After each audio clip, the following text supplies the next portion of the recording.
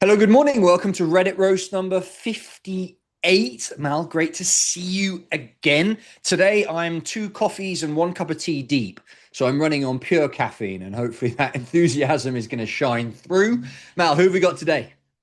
So we've got a pretty interesting bunch today. First up is the best military profile we've probably ever seen on a Reddit roast. It's a special ops officer who's looking to get into management consulting. We've also got a supply chain analyst who has some major concerns about his profile, and these are quite common concerns. Okay. Um, a software engineer who seems to just be chasing the money. So we'll see about that. We've got someone who's looking to pivot from software engineering to hardware.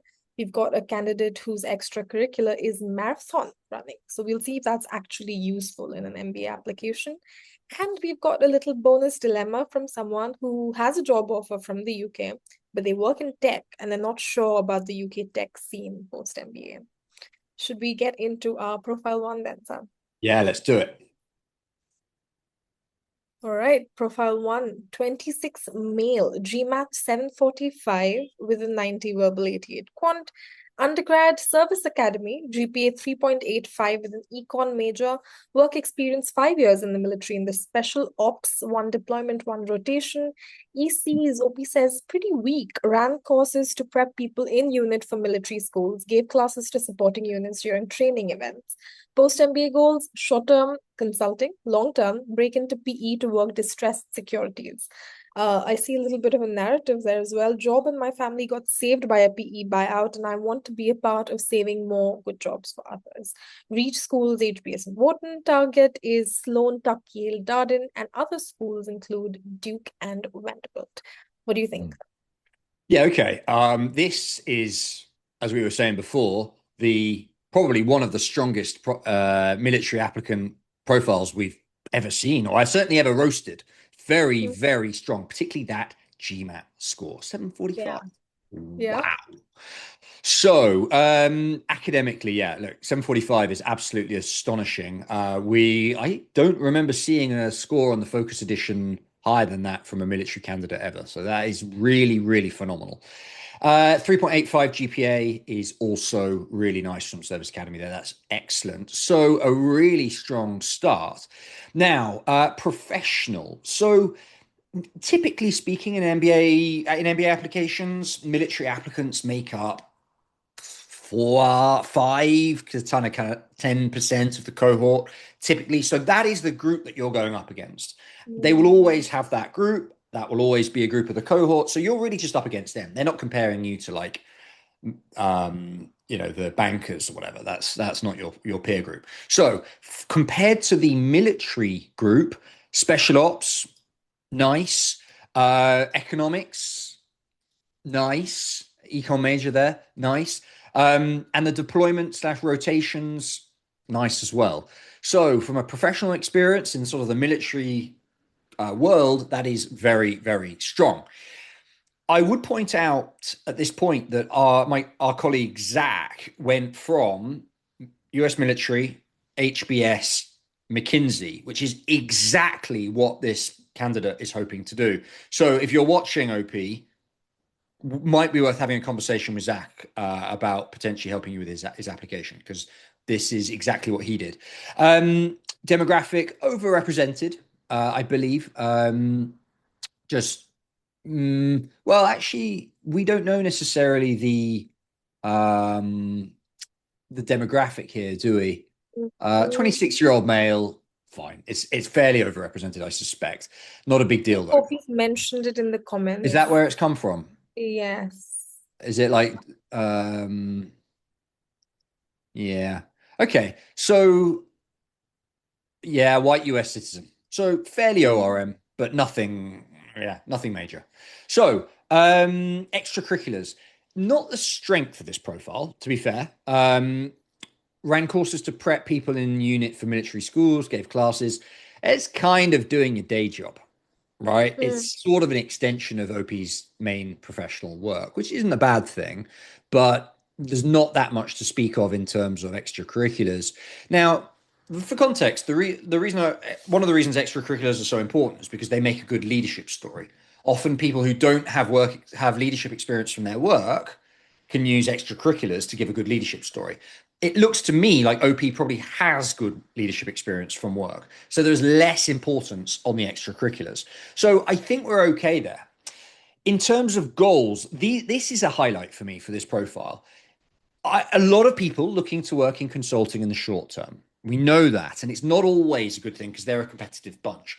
But for a military applicant looking to pivot into the commercial sector, just like Zach Hoyt did, as I say, consulting gives you a very broad experience, very intense training, and is a very useful tool combined with an MBA to pivot into almost any sector that's sort of MBA relevant, including private equity.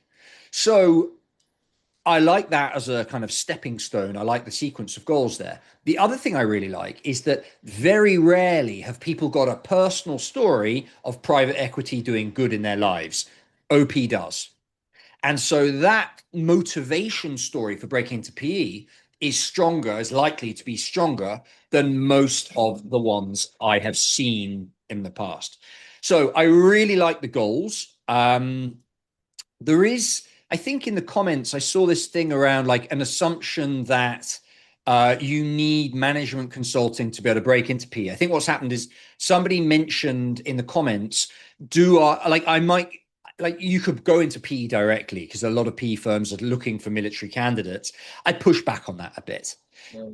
Maybe there are exceptions, but generally speaking, to break into private equity, you need a few years of either investment banking training or MBB consulting training to give you the hard skills to break into private equity. So I do think that sequence is good and is the right way to approach it. So overall, very strong profile. Strengths are goals and academics and work experience. Weaknesses are extracurriculars. Overall, we can make that work. And what do you think about the schools? Are they right for OP? I mean, the top schools are Reach, HBS, Wharton. Definitely throw your hat in the ring for those schools. With HBS especially, there's never any guarantees, but there's definitely a foundation there that can be, that could be molded into a good application. I would say, anything below M7 for this candidate is a scholarship play. But if OP qualifies for the GI Bill, which is basically a fully funded scholarship from the US government for MBA programs for veterans, and I suspect he does, then you don't need scholarships. You don't need to include the scholarship plays. And to me, these sorts of Darden, Duke, Vanderbilt, those are scholarship plays for OP. The other thing I would say, and this is generally speaking, anybody who's applying to HBS and Vanderbilt, which are two extreme opposites in terms of on the ranking, that's too broad. You're wasting your time with one of those, is what I'm trying to say. Either Vanderbilt is a safety play for you, and that's fine. In which case, your reach shouldn't be as far up as HBS, or you're an HBS candidate, and frankly, you're wasting your time applying to Vanderbilt. In this case, I would say the latter. OP is an M7 profile, and if scholarships isn't a factor, I would say forget about pretty much anything below at least T10. And so Yale is probably the low end of OP's application range, in my opinion. And that's a compliment. That's a compliment. That's saying that OP is a really strong profile and should be applying to M7. Okay. And I saw this one comment, OP's response to the second comment here, which is main reason for not going PE right away is I didn't think I have the business finance strategy background that most PE hires have pre-MBA. Also, the thinking with consulting was to get a lot of exposure to different businesses, rapidly build experience. But OP definitely needs to think through the goals a little more, according to OP. What do you think OP can do better in his profile overall or in his narrative? What for his career essays to make the profile stronger? Okay, so a few questions in there. One, this is like, I didn't think I had the business finance strategy background that most PE hires have. That is correct. You don't.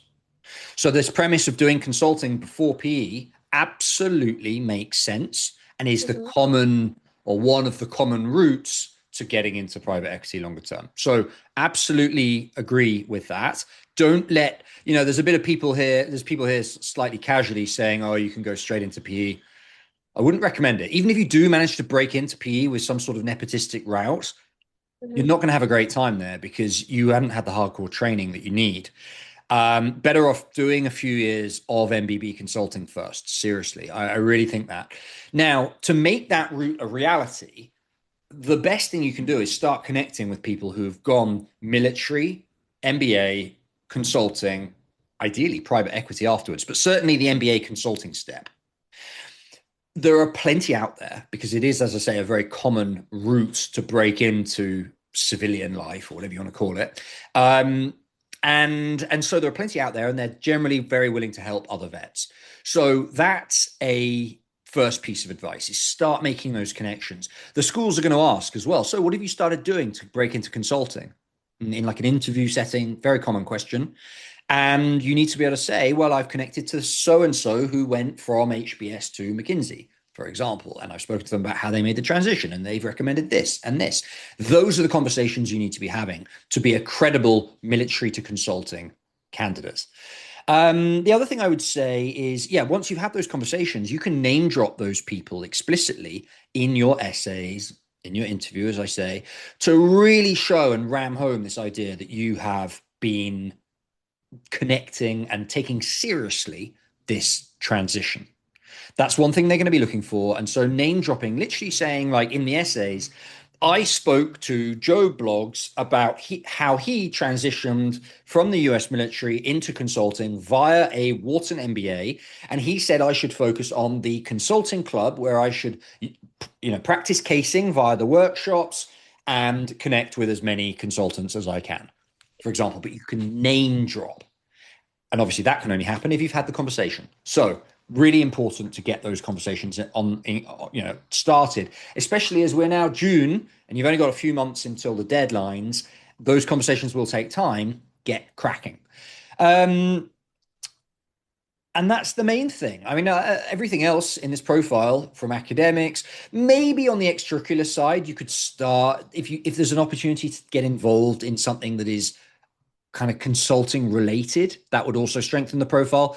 Pro bono consulting, and this is for pretty much anybody hoping to break into consulting, an extracurricular that is pro bono consulting before the MBA is about the best thing you can do. I don't know if OP in particular has time, but as a general rule, that is a really good extracurricular for anyone hoping to break into consulting. Why? Because obviously it shows the passion for consulting. It shows you already gaining the skills for that job. And it shows you're kind of getting ahead of the curve, which schools love to see. So that would be my advice from an extracurricular perspective, how to strengthen those, because as OP says, it's probably the weak point of the application right now. Okay, all right. I think we've covered everything for OP's profile. Should we move on to another one? Yeah, let's do it. OP, good luck. Good luck, seriously. You're in a good spot there. Really make the most of it. Right, next one. Next one, 27 male chances for MBA to IB. Profile: domestic male, white, math major, GPA 3.5 from a US 15 university, 5 years of experience in supply chain analytics at a major academic health system.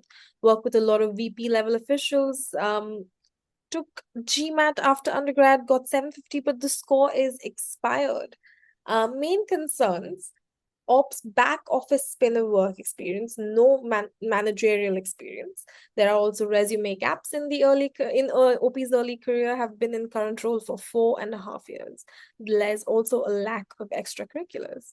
OP says, I feel pretty good about my chances to get into a decent program, but will I have a decent shot at IB recruiting? My goal is to get into a top healthcare coverage group.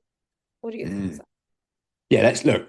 The OP has made some assumptions there that are not correct. And I want to just, before I go into the evaluation, just really make this clear.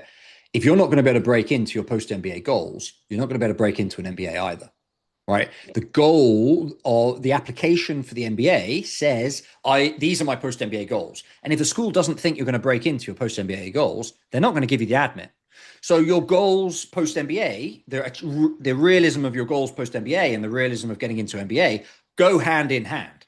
So I reject that final comment there from OP, very, very, firmly. So with that said, let's go into the profile for the MBA application specifically. So academically, look, a 750 is outstanding, but that score has expired. So OP needs to redo that. And in the GMAT Focus Edition, the equivalent of a 750 is about a 705, more or less. Very difficult to get that score while you're working. That looks to me like a take the test, while still in undergrad mode. And 750 is achievable, a 705 is achievable for those people. It's going to be a bit harder for OP now to reach that, but good luck. 3.5 GPA is okay. It's a bit meh. Same thing, the T15, solid, but it's not Ivy. So academically, meh, with quite a big question mark there about the GMAT. We'll see. Professional, supply chain analytics at a major health system is fairly unique, but I don't see anything here in the way of promotions. Maybe there are some, but we just can't be sure. Obviously, if you've been promoted, especially in 5 years, it's sort of expected that you've been promoted. And if you haven't, it could be an issue. Can't be sure. Demographic, white male, US, ORM, for sure. Got extracurriculars, as OP says, very little. That is going to be a weak point, and I'll touch on that in a bit more detail later. Goals. Don't really have enough information here to say whether these are credible or not.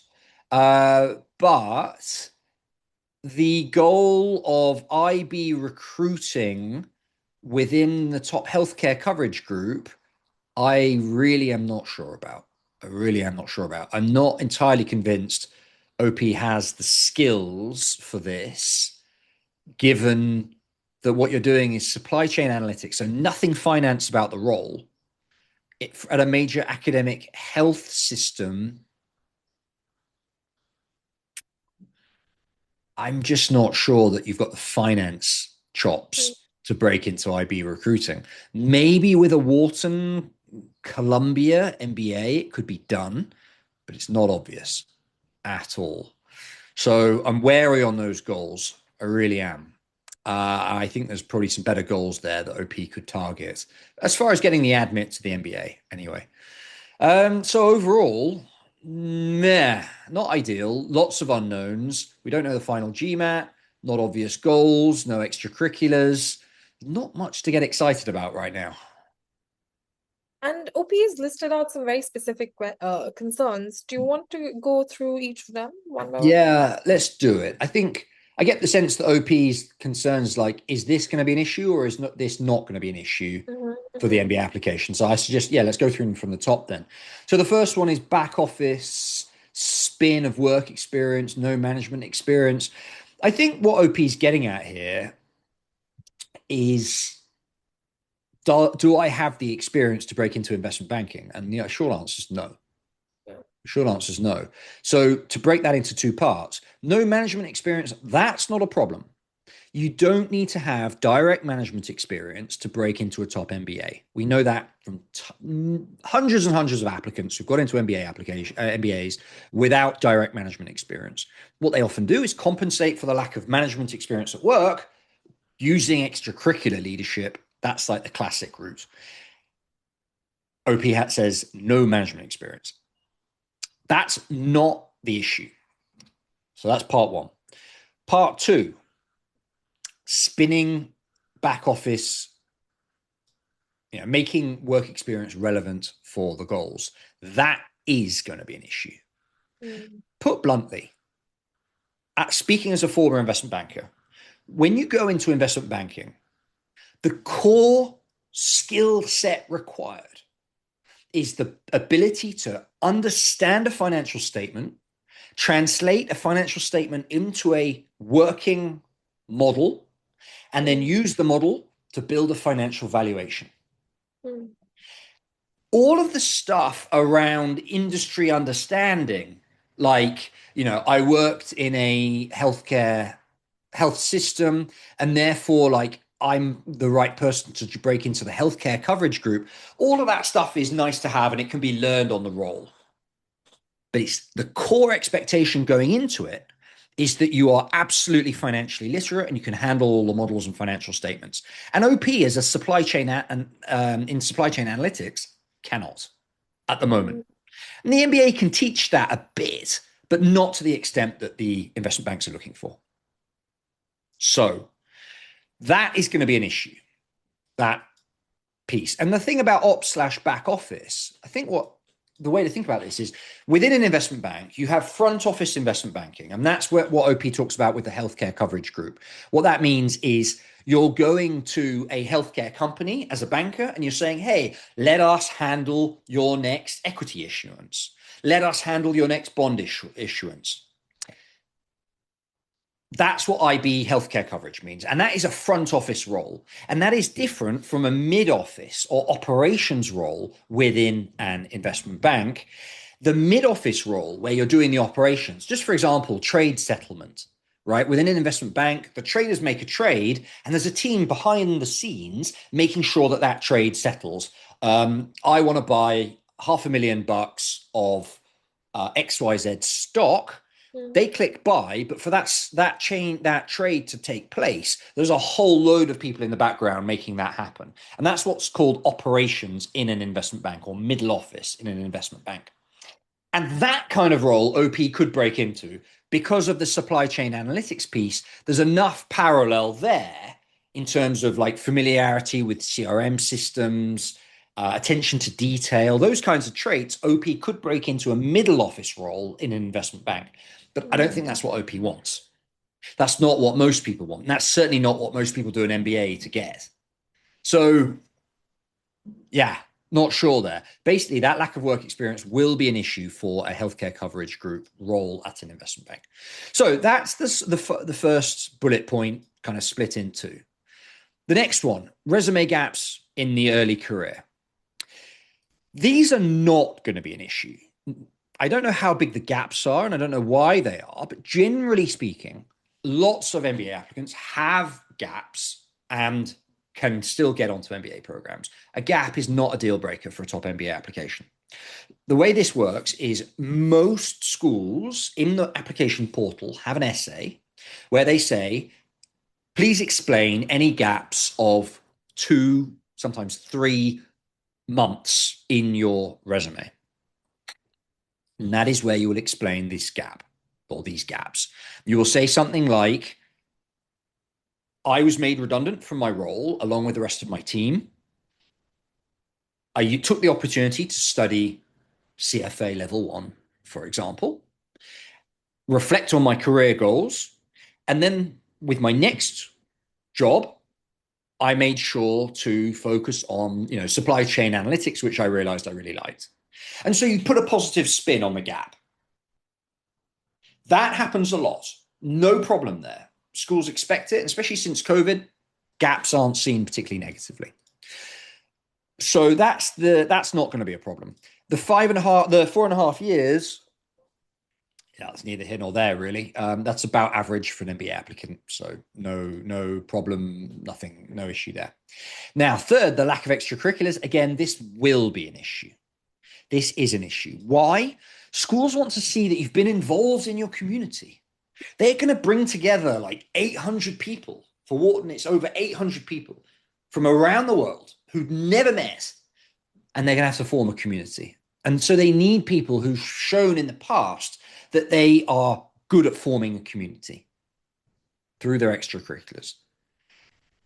And OP doesn't have that. So that might be an issue. And I would say the best thing you can do now in the next few months, apart from taking the GMAT, is start taking on some extracurriculars. Yeah. And we've talked at length in other roasts, and we will talk about it, I think, later today as well, about what kind of extracurriculars those could be.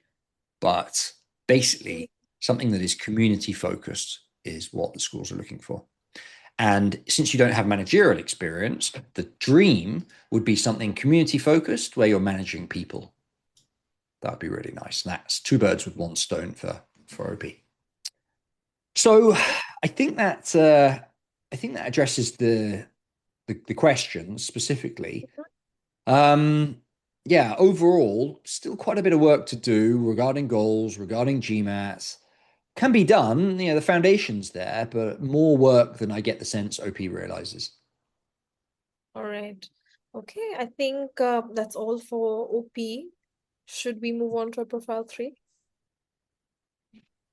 Yeah, All right, profile 3. quite a long one here. Quite Let's a long one. try and skip through it. Yeah. All right, 27 female software engineer at a public product-based US company. Will have 5 years, 6 months of full-time experience by matriculation. Completed graduation in computer science and engineering from a tier 3 college and a state uni in India with a CGPA of 9 out of 10. Interested in moving into product management in the same industry in the future, want to explore marketing and the finance business side of things within software, and also peep into venture capitalism and investment banking. Main goal is product management. Consulting, VC, and strategy are also good post-MBA options. That's a lot, but OP's priority is product. Some I have executed and led just a couple of major projects in my tenure. Mostly worked on the execution side, interacted with internal customers and relevant stakeholders, but never owned the full cycle end to end. I'm still an L2 after 4 years. Extracurriculars, part of a Golang community, and I had to Google that. That's a Go programming language community in my city. Also a learned Kathak dancer, which is an Indian classical dance form, for 8+ years, and have previously mentored junior engineers and interns in my team. Target schools, tech looks promising. So based on OP's research, read schools are MIT, HBS and Wharton, and Stanford GSB. Core targets are INSEAD, LBS, Ross, Tepper, and Yale. Short-term goal, we already discussed this briefly earlier, but OP wants to basically move into an early product management or product role in startups and companies based in India or in the US, UK, EU, or globally. Anywhere. All over. Anyway. And long-term goal is to move into product consulting or strategy. Has not taken the GMAT. Okay. Yeah. Broad is Very broad. the word that jumps to mind as I think about this profile. So let's go through from the top then. First, academically, 9 out of 10, 9.05 CGPA, strong. Tier 3 college, not so strong. Straight uni in India, not so strong there. No GMAT yet. And I'm just going to jump ahead of myself a little bit here and just say that 665, 685 is not high enough for these, especially for these reach schools. So we'll see. Let's keep going. So academically solid so far, but much more work to be done on that GMAT. Professional, fairly typical software engineering journey here. Quite a lot of detail in terms of the plan. What I'm seeing is a well-known company, so the branded work experience there from a public product based US company, that's probably going to be quite a well-known company, I suspect. The other thing that I'm seeing from a professional standpoint is I'm not sure how much there's been in the way of promotions. I'm still an L2 after 4 years. That's also not ideal from a career development perspective. Not sure whether that leads to strong LORs, strong letters of recommendation or not. Bit of a question mark there in terms of professional development. Demographic, ORM, Indian software engineer, not male. That would have been the most ORM, but still pretty ORM here. Extracurriculars. Yeah, I had to Google Golang as well. Software engineering community looks fairly solid, though, in terms of extracurriculars. I mean, that is, you're involved in the community. This is what I was saying before. The involvement in the community will be seen positively. Now, it's a pretty nerdy community, and that's fine. it's still that community, which is really nice. And it looks like when you say in my city, it looks like that might be in person as well as online. Mm. So that's, in terms of community building, that's really, really nice. The Indian dancing, not so impactful, not much in the way of transferable skills there from in terms of MBA, but the mentoring junior engineers in my team, maybe some interesting leadership stories in there for like HBS SAB, for example, the leadership essay, potentially strong. So a solid extracurricular profile overall. Goals is where things slightly fall apart here, as we kind of chuckled us on the way through. As far as I read from this, OP is talking about product management, which is great. That's fine. Marketing, finance, business, VC, investment banking, consulting, and strategy. That's like every role I can think of. So, OP, serious. We'll talk about this afterwards, but basically, it looks like OP has got dollar signs in her eyes and is just like naming every job with a good salary and doesn't really know like where the boundaries are or where the lines are, and that could be an issue. OP, don't say any of that in your application. If you stay with product as a software engineer, you're credible. As a software engineer that's been working at a public product company based in the US, that is credible. VC, investment banking, don't say any of that. Forget about it. Okay. So that's pretty clear on the goals. It can be solid, but just within with a bit of with a bit of direction. So overall, a solid software engineering product profile. Mhm. Okay. And what are OP's chances at those schools, do you think? Um, Look, to be really honest, I don't see anything special enough here for the Harvard and Stanford world. To be blunt, the Indian sort of engineers that get into the Harvard and Stanford of the world tend to have IIT backgrounds, their own startup that's raised money with venture capital, maybe like a series B or C, multiple millions of dollars of raised capital and managing teams. And OP's not doing any of that. So to be really blunt, at the moment, forget about Harvard and Stanford. Hmm. And Even, and even with a 715 top GRE, GMAT, hmm. just I don't see it. Maybe I'm missing something, but I don't see Harvard and Stanford. Everything below that is fair game. MIT is a reach that makes sense given the tech background. Wharton, quite a big reach and not really an obvious fit, but doable. Give it a shot. Fine. And then those core targets that I agree with. Those particularly the sort of top set there, the UST sort of T10 type schools. That's Yale. The top European and UK schools. That's INSEAD and LBS. Those make sense. I'm not seeing much in the way of international experience. If OP is based in India, working for a US company helps a bit, but I don't see any international, lived and worked abroad, nor do I see any languages which are so important for INSEAD. So yeah, not an obvious fit with any of these schools, apart from like the tech focused schools where there isn't. Yeah, it does make sense. CMU Tepa, really obviously there. Some of these schools have tech MBAs that should be considered. For example, the Kellogg Tech MBA, NYU Tech MBA, Cornell Tech MBA. Those would make sense, and I don't see them on this list at all. So that's sort of how I see schools. And what do you think OP can then do to improve her profile? Mm. Obviously, GMAT. Mhm. And I think the GMAT, if OP is really seriously going to target M7, that needs to start with a 7, really. 705 or higher, which is higher than OP is talking about at the moment.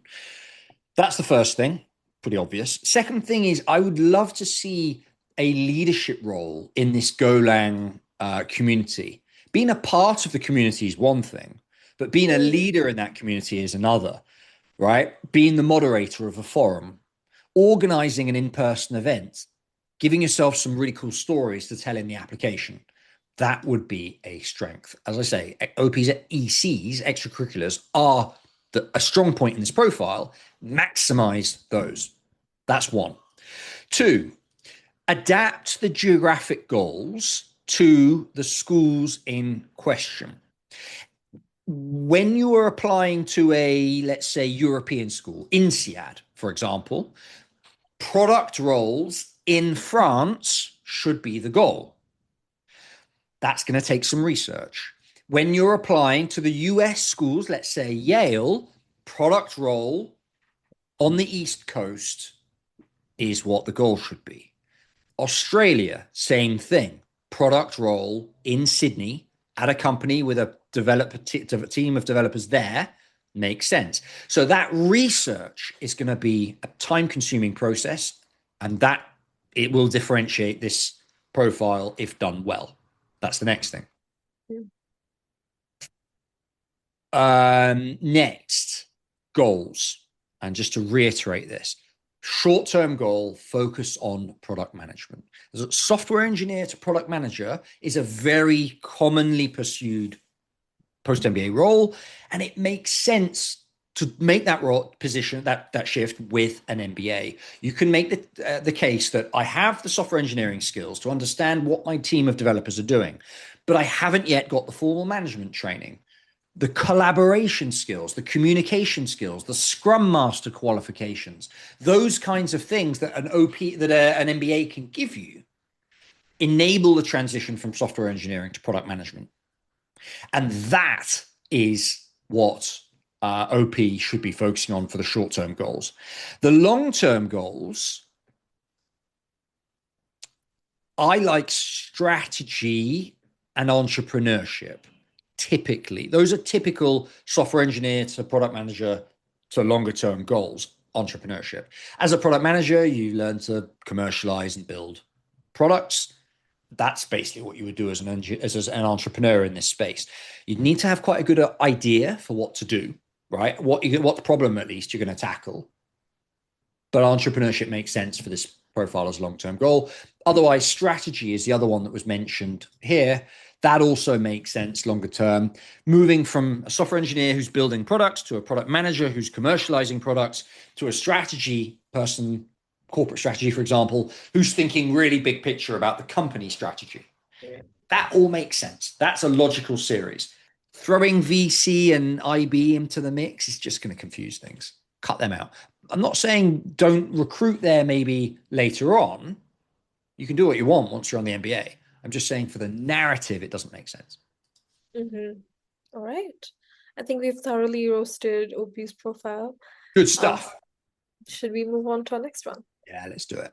All right. How viable would an MBA be to help me pivot industries? Background, undergrad at a T10 university, OP is domestic, has a major in electrical and computer engineering, GPA of 3.8, GRE of 337, well done. Work experience, 2.5 years in business analytics at a large finance company.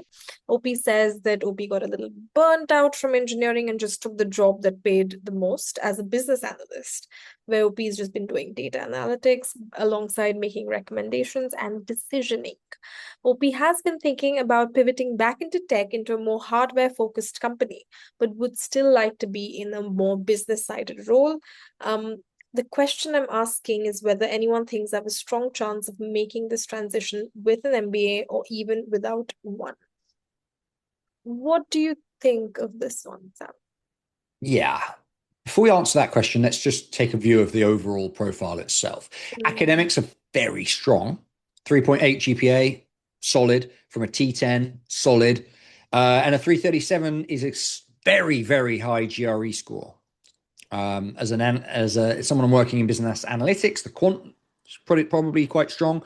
And as a domestic student, US, the English is obviously strong as well. So OP has got a very high GRE score. Really well done. Professional, young applicant, early in his, I think, career, 2.5 years is early. Now that's not a problem as such, but just to kind of put into contrast, we regularly roast people with 8 years of experience. 2.5 is on the lower side. Um, I don't see any sign of promotions. Maybe as a result of being young, being early, but still 2.5 years, you'd expect maybe a promotion or two. So not seeing that would be a benefit if there are some. Um, and also like majored in engineering, working as a business analyst, doing data analytics, pretty engineering heavy work, not that much in the way of breadth. In other words, it looks like one job at all, not in one industry, which is similar to sort of what OP was doing for undergrad. I don't see a very broad profile here, is what I'm saying. It looks like a very narrow track. That might be an issue potentially, but you could also make the case that the MBA is there to broaden and the experience and to widen out OP's opportunities. That would make sense as well. But again, just to be aware, obviously no management experience either. Mm-hmm. OP's business analyst. Maybe there's an element of like managing upwards with like the recommendations and stuff, but I'm seeing not much in the way of promotions, not much in the way of management experience, not much in the way of breadth. Mm-hmm. Not Okay. ideal. Not ideal. Demographic, US based on the younger side, as I've mentioned, no issues there. Fine. I don't see any extracurriculars at all. Now, it might just be OP hasn't mentioned them, or it could be also that OP was a bit burnt out from undergrad, went into the job that pays well and hasn't got any extracurriculars. That would be an issue. Not sure. Mm-hmm. The pivot to hardware from a goals perspective, this makes a lot of sense. The software to hardware pivot is a really easy one to explain. I want to work on on products that I can hold and feel and use. And there's probably a nice story behind that. That Mm-hmm. can work nicely. I've worked with candidates in the past using I want to work on technology that I can hold and show to my family. That really that resonates, and I can see why you'd want to make that pivot. And also the engineer to strategy role position, and the way the OP says this is keep myself in a more business sided role. So that's sort of moving from being having the engineering chops, but moving to a more commercial role, more strategy role. That makes sense as a narrative as well. So goals are pretty solid, basically, is what I'm saying. Overall, strong foundation. My sense is it might be a bit early for OP and maybe Mm. benefits from another year of work. If that means a promotion, stronger letter of recommendation, broader experience, maybe. Yeah, and I think OP does mention that in the post as well that OP is planning to apply next year. Um, Where's that? yeah, right there. Oh, here, especially if I work another year or so. Mm. Okay, I'm aligned. I'm aligned. I think that should be your strategy. I think it sounds like OP is sort of considering both. I would say an extra year with a focus on extracurriculars, broadening work experience, maybe getting promoted. That would be a dramatically stronger profile. Yeah. And OP's question is about, do I have a strong chance of making this transition with an MBA or even without one? What do you think? Yeah. So just to be clear, the transition is software or sort of business analytics to hardware. That's Yeah. one part of the transition. Um, and I mean, the short answer is yes. The short answer is yes. That is a transition that you could make with an MBA. Now, I've never worked in technology. My experience was in finance. Um, Generally speaking, I would say that the move into strategy does benefit strongly from an MBA across sectors. When you look at strategy role job descriptions online and job posts online, what they often say is a MBA would be not a necessity, but really appreciated. And so when I look at this profile and I see these goals, I think it is a classic case of using an MBA to make the pivot. Could you make the pivot without one? I'm probably not the right person to say that. That would need to come from somebody who has been in the industry and who has seen both sides. My gut says this is a good case of, getting a lot of value from an MBA. I think even if you could make the pivot without an MBA, I think it would probably have to be within your company. Not a company, a third party, another company is not going to recruit you into a strategy role if you don't have strategy experience without an MBA.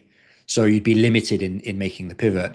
And also then there's a question of, would you make the pivot successfully? You can try and break into one of these roles only to lose your job a year later. I think an MBA makes that pivot more secure.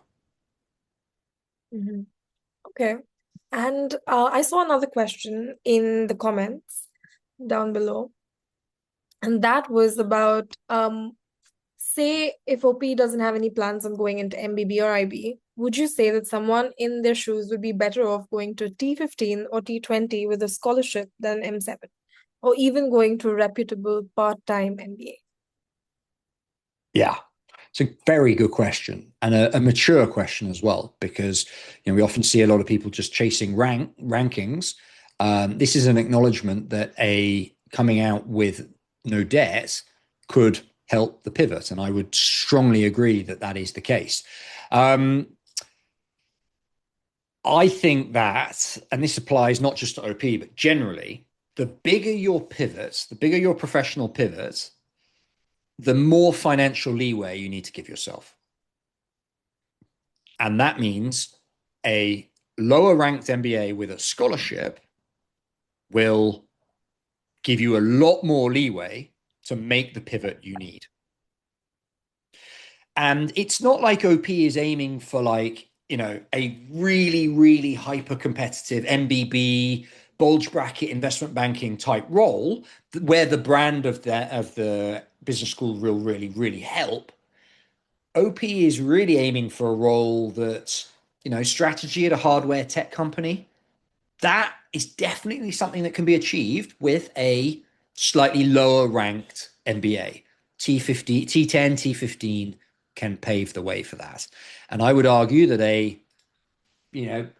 let's say 50% scholarship from Yale would be a very, very manageable, would create a very manageable pivot. You've got 2 years to network with every hardware company you can get your hands on, you can find. NYU as well, right? That T10, T15 level, you're in New York. It'd be a fantastic position to network your way into a role if you don't have too much debt and can, take the time that you need. Good question. And so I hope that answers the question. I agree. I think a T10 or T15 with a scholarship would be better than taking on $250,000 of debt and graduating from an M7. Yeah, yeah. And what do you think? Do you have any recommendations for what OP can do in 1 year's time to improve their chances? Yeah, good. First, extracurriculars. I bang the drum on this and I'll say it again. If you don't have any extracurriculars, any community building, any leadership experience, extracurriculars are key. Get some. Ideally, grow something you're already doing. If you're running, make a run club. If you're doing pottery, create a pottery group. If you're doing woodwork, Zach Hoyt had a woodworking extracurricular when he applied to MBA programs. And so, that can turn into a little community activity if need be. Get some extracurriculars. That's recommendation 1. 2, smash it at work. For the next year, you need to ideally get that promotion in the bag. Ideally, start moving towards the strategy role that you're aiming for. So take on some extra kind of strategy projects, some ad hoc strategy work on the side. Smash it at work. Part 3, in line with smashing it at work, LORs. You're going to need 2 great letters of recommendation. And you've got a year to really butter up those people who are going to hopefully recommend you. I would say even 3 people. Butter up 3 people. So you've got a backup in case one of them leaves the company or becomes, disappears. So that's three. Mhm. I think nothing to be done for the jury. Certainly don't think about resitting that. That's already great. The one other thing I would say is you could already start connecting with people in the hardware space. If you're looking to pivot into hardware technology, companies like Whoop, who make those wearable devices that track your sleep, companies like Fitbit is a competitor of theirs. Apple, for example, make hardware. Start connecting with people who are doing the job you want at those companies even before the MBA, so that you can get a feel for what those companies are looking for, and you can mention those conversations in your interviews to show the business school admissions team that you are serious about that pivot. That's what OP can do over the next year or so. All right. Okay, I Good think luck. that's everything. Yeah, for OP. Good luck, Good luck, OP. OP. You've got the academic foundation is the hardest bit. You've got Mm-hmm. that. Everything else you can work on. Yeah, So yeah. All next. right. Our final profile for today is someone considering a GMAT retake. Hi, I'm targeting M7s. I've been grinding the GMAT by myself for 4 to 5 months now, and I got a 675. But not sure if I should use tutoring to increase my score further. Asian male, 3 years of experience working in financial operations at a trading firm, went to a top 50 school in the US and ended with a near perfect GPA, but I don't have any unique parts of my application or leadership experiences after college. For additional context, US citizen hoping to break into real estate investment banking, as I previously had a real estate development internship, but didn't manage to find a full-time role in it. And some of my ECs are running a marathon and passing the CFA level 1. I also saw in the comments that OP is a Canadian-born Chinese who is now a US citizen. So what Right. do you think of this profile, Sam? Yeah. Well, let's start with the academics. Near perfect GPA. It's like I assume like a 3.98 or something. Obviously outstanding. Well done. That's a good start. Academics, GMAT wise, not quite so good. 675 is okay. Mm. Not smashing the lights out.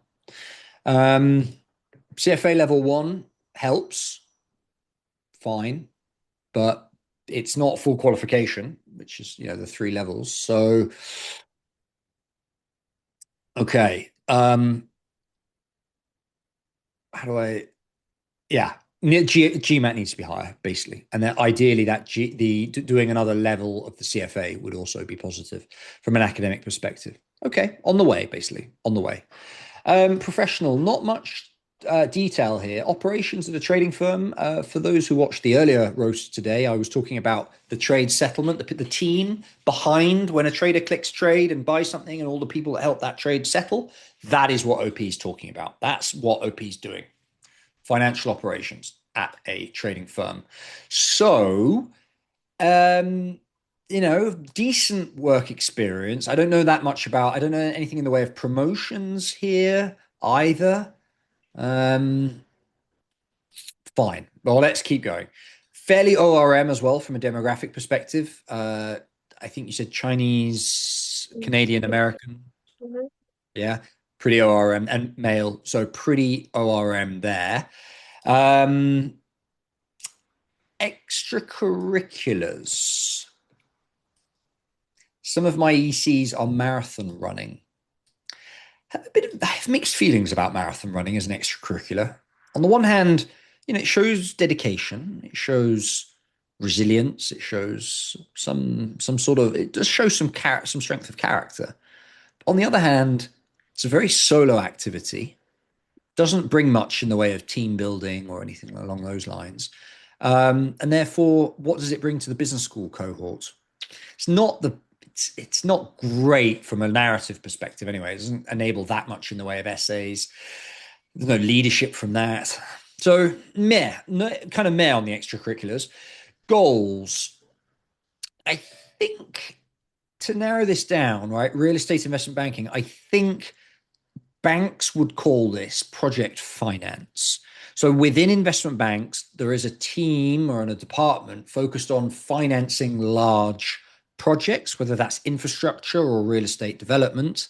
That's the team I think OP is aiming for. Um, might be doable, but also the school are going to be wary. If you, why didn't you make that transition after the internship? That might they might see that as a bit of a pink flag and question your ability to break into that role. Not sure. Yeah, it's a very short road. We don't have much in the way of work experience description, so it's hard for me to tell. I would say though, whatever you end up doing when it comes to goals, have a backup. And the backup in this case ought to be something quite close to what you're currently doing. So, for example, if you can secure a return offer or even just a verbal return offer at your current company to go back there, or just acknowledge that, like, if I can't make this pivot again, I will go back into financial operations, maybe it's a more real estate focused firm. Have a backup is what I'm saying on the goals. So overall, short profile, GMAT is not there yet. And I guess the next question, and we should talk about this, is what to do. Yes. Yeah. What should OP retake that GMAT, and what do you think is a good score for him? OP's taken this for 4 or 5 months. So I don't say this lightly when I say you should retake it. You're going to get sick of the GMAT. What it looks like to me is that my gut, as somebody who's worked with, I'm not a GMAT tutor, but somebody who's worked with a lot of candidates, overseen, connected them with GMAT tutors, overseen their progress. Once they've got the score, work them with on the application. I've been through that process with a lot of people. And my gut says this is someone who is studying the wrong way. If you've been studying for 5 months and you're still haven't hit your top score, you've been studying the wrong way.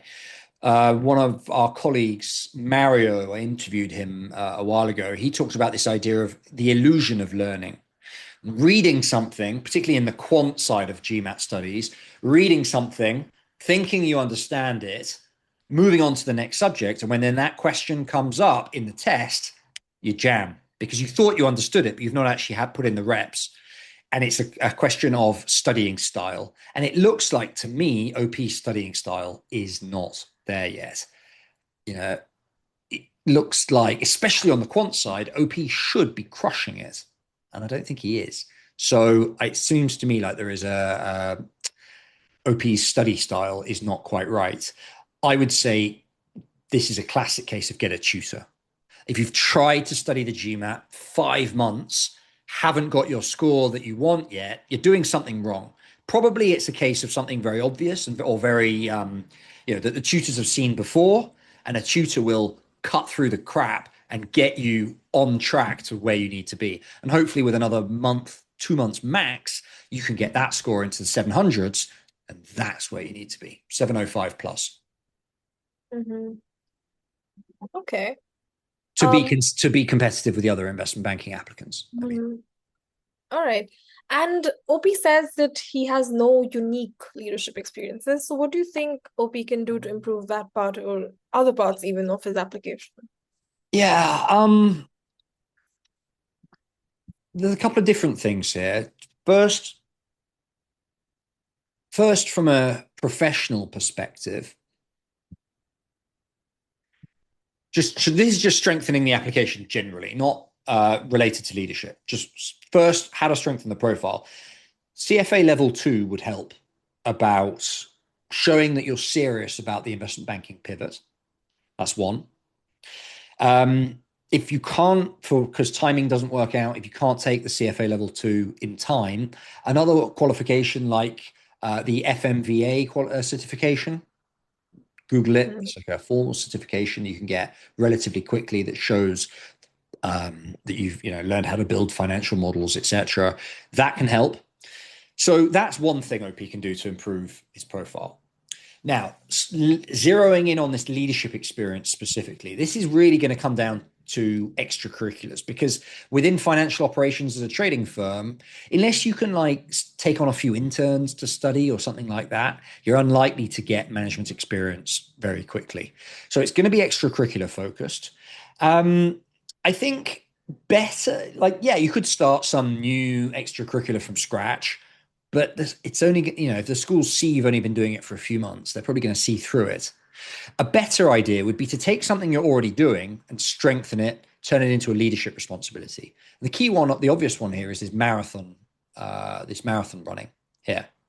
What you could do, just as an example, is turn that from an individual pursuit into a community extracurricular. For example, maybe you occasionally go running with somebody, a friend, a colleague, or someone that you go running with, so that you're not running on your own and it gets boring. So you partner up. Well, it looks to me like you've got the basis of a running club. So what do? Send a few WhatsApp messages out, send a few messages out to the groups you're in and say, hey, me and so are going to go running every Sunday morning at 10. Who wants to join us? A couple of people join, and now there's four of you. And now you make a WhatsApp group or a group chat for that four. Maybe they invite their friends, and all of a sudden you're six people. And now you've got a community that you can write about in your MBA applications.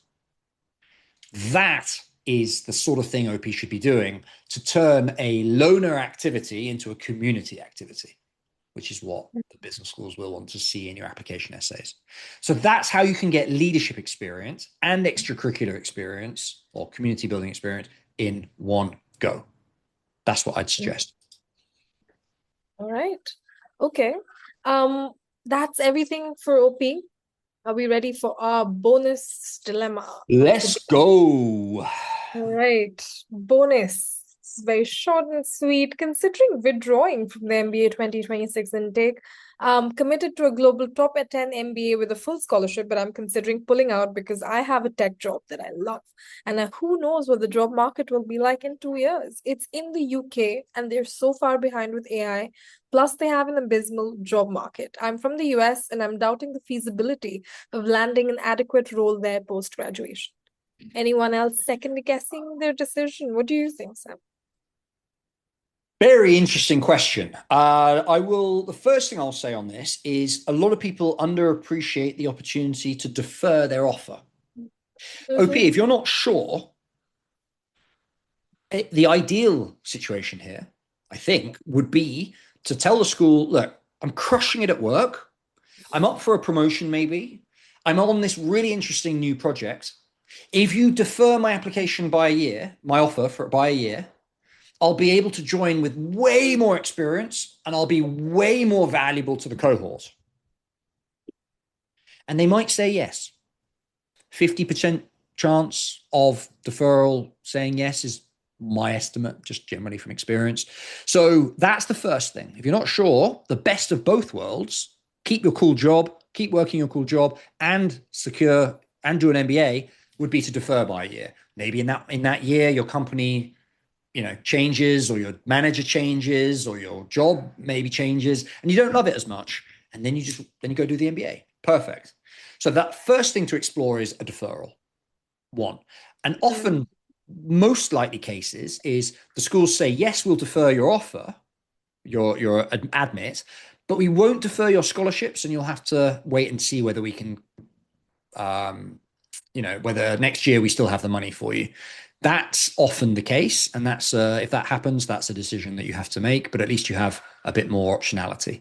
So that's the first thing, is explore the deferral.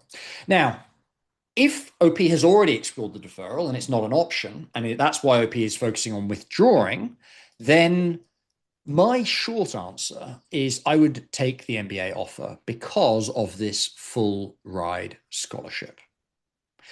Have a full scholarship. The job market will look totally different when you graduate in like 2 years' time. It will. It might be worse, to be fair, but can it be worse than it is right now? It's unlikely. So that's the first point. The second thing I would say is, if you love your job that much and you're going to go and do an MBA, try and secure a return offer from them. Right? Sounds like you probably have quite a good relationship with your manager. You're probably doing quite a good job at work if you love it. Maybe they'll give you a return offer. And that way you can go and do your MBA and come back to the company They might even sponsor your MBA, and then you're not as they might give you a bit of money while you're there. I don't know. Like there's definitely an opportunity here to ask the company whether they will give you a return offer to go and do an MBA for a year and then come back. Remember, it's only a 1 year MBA in the UK, probably. So unless OP decides to extend it with LBS, but no, it can be done in 1 year. So the school might just say, okay, do a 1 year, go and do the MBA. The company, sorry, might say, go and do a 1 year and then come back. And that way you've got a full ride MBA and you've got your job to go back to. That would be perfect as well. The other thing I would say is the kind of benefit of the MBA that hasn't been touched on here, which is the key thing. Oh, this post is written from the perspective of jobs, jobs, jobs. But what OP hasn't touched on here is there are other benefits besides the job prospects out of an MBA. One, taking a year to decompress and avoid burnout. Even if you're not burning out now, a year, age 30, to take a bit of a break, learn, and then re-enter your job, it's not a bad thing at all. That would be excellent, especially if you can do it without having to pay anything. That's the full ride scholarship. That's excellent. You might also discover there's something you love even more. I hear a lot of people say, I love my job. And yes, on Monday morning, they still wake up feeling a bit shit. Maybe you don't love it as much as you think you do. And there is something out there you love even more. And the 1 year MBA will help you discover that. There's only upside there. If you don't find anything you love more, fine, go back to what you're doing. But you might find something you love more. That's the other thing. And I would just say, from sort of personal experience, the refreshment that an MBA gives you at age, whatever, late 20s, early 30s, is absolutely phenomenal from a life journey perspective. There's no way when you're 50, you're going to look back and regret taking a year off work to study, to learn, to make friends, fully paid by the business school. And then you get to go back to work. You got loads of time to work. I don't think there's any 50-year-old out there who looks back and regret that decision. So that's my perspective of this. I certainly know I would take the offer and then go back to work afterwards. Mm-hmm. Okay. Thank you for that, Sam. That's all for profiles today. All of our profiles for today. Quite a range there. Some quite interesting questions. Mal, thank you very, very much for gathering all those profiles, for trawling the depths of Reddit and beating away the trolls of Reddit to find all of those profiles. I will see you again next week. If you've watched today and you've enjoyed the roast, feel free to DM us your profile. We'll include it in one of our later roasts. Also, if you're looking for an admissions consultant, we're currently taking on round 1 applicants. So that's people applying this September. In 3 or 4 months' time, that's the perfect time to engage an admissions consultant. And like and subscribe the video. We post these Reddit roasts every week or so, and we're pretty gradually building up a bit of a following here. It's really, really nice to see. So, Mal, I'll see you next week. All right. See you next week, Tom. See ya. Happy Friday. And happy Friday.